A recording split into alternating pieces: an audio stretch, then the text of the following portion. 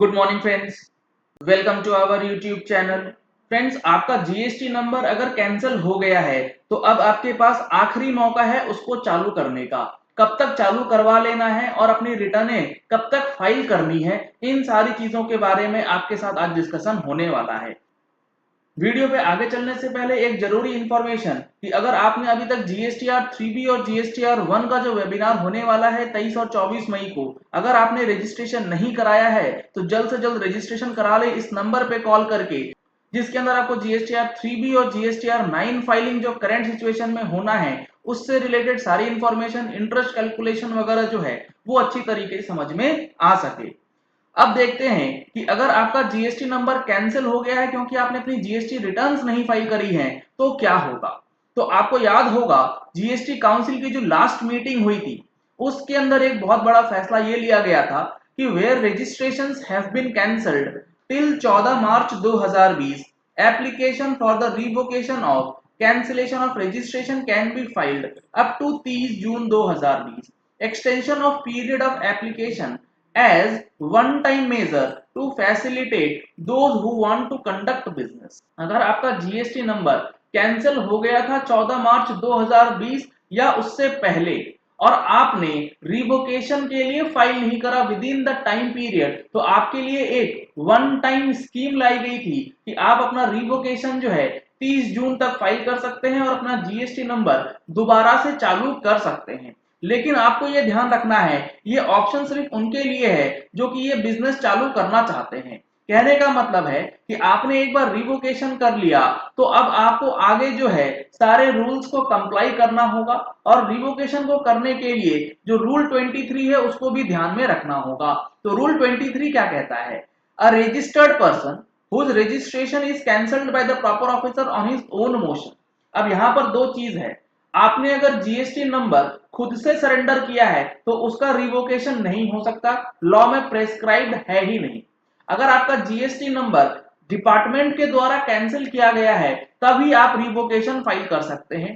तो आपको रिवोकेशन के लिए क्या करना होता है? कैंसिल होने के बाद रिवोकेशन करवाना है अगर आपको नंबर चालू करना है तो उसके लिए आपको करना पड़ता है मे submit an application for revocation of the cancellation of registration in form GST REG 21 to such proper officer within a period of 30 days from the date of service of the order of cancellation of registration on the common portal।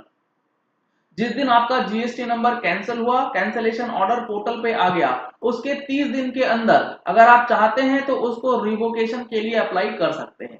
तो आपको अगर ये 30 दिन का period जो है पार हो चुका है तो अब आपके लिए 30 जून तक का मौका जो है वो दिया गया है। 30 जून तक आप अपनी रिवोकेशन को फाइल कर सकते हैं, लेकिन provided that no application for the revocation shall be filed if the registration has been cancelled for the failure of the registered person to furnish return unless such returns are furnished and any amount due as tax in terms of such returns has been paid along with any amount payable towards interest penalty late fee in respect of the said return।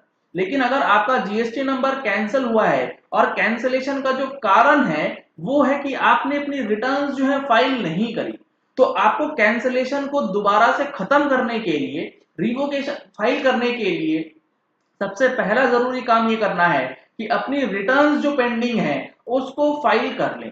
कब तक की return file करनी है? जिस दिन तक का cancellation आपका हुआ है उस दिन तक का रिटर्न आपको फाइल करना होगा, क्योंकि बियॉन्ड कैंसिलेशन पीरियड जो है वो रिटर्न ही फाइल नहीं होगी।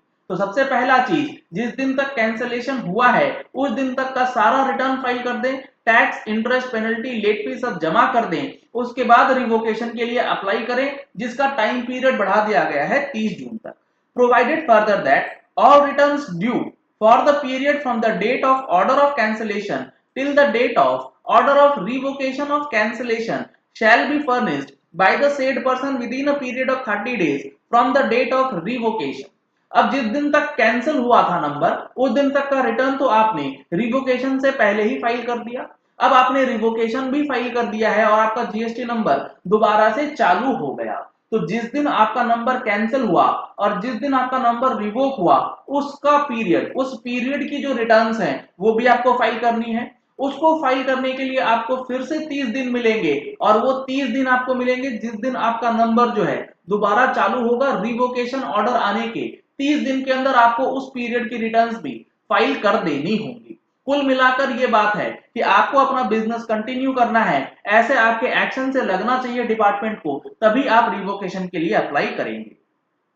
Provided also that where the registration has been cancelled with retrospective effect, the registered person shall furnish all the returns relating to the period from the effective date of cancellation of registration till the date of order of revocation of cancellation of registration within a period of 30 days. लेकिन अगर आपके पास जो cancellation हुआ है वो हुआ है back date से, तो जिस दिन से कैंसिल हुआ उस दिन से लेकर के जिस दिन आपका रिवोक होगा रजिस्ट्रेशन, उस दिन तक की पूरी returns along with tax, interest, late fees revocation के 30 दिन के अंदर जो है वो फाइल कर देना है, अदरवाइज आपका नंबर फिर से कैंसिल कर दिया जाएगा। तो ये 30 जून का जो डेट है वो काफी महत्वपूर्ण है, इसका बेनिफिट आप जरूर लें।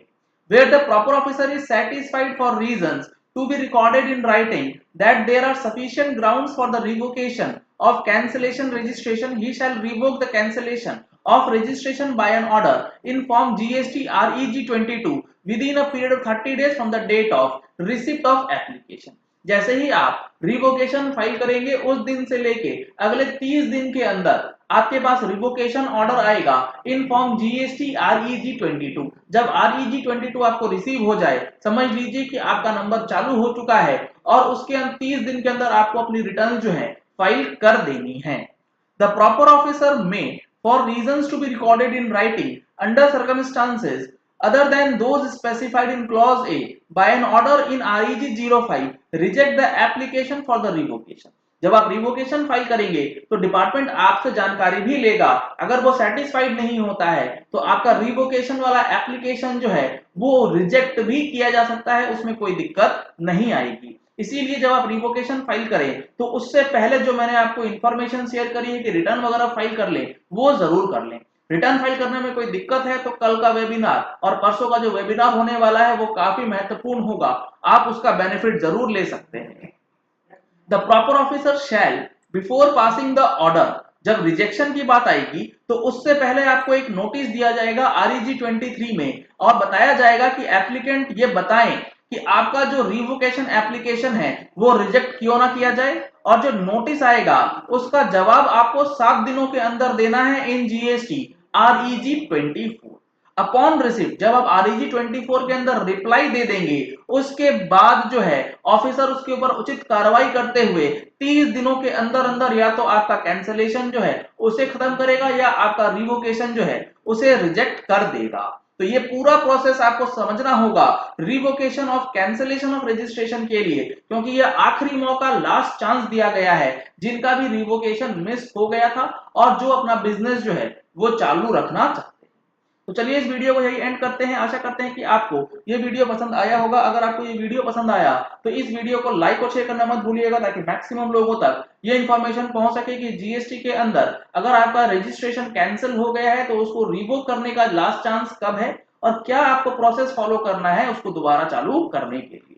अगर आपने हमारे चैनल पर फर्स्ट टाइम ट्यून इन किया है तो चैनल को सब्सक्राइब करने के लिए नीचे दिए गए रेड कलर के सब्सक्राइब बटन को प्रेस कीजिए, साथ में जो बेल आइकन है उसे भी प्रेस कर लीजिएगा ताकि वीडियोस की नोटिफिकेशंस आप तक रेगुलरली पहुंचती रहें। Thank you and have a nice day.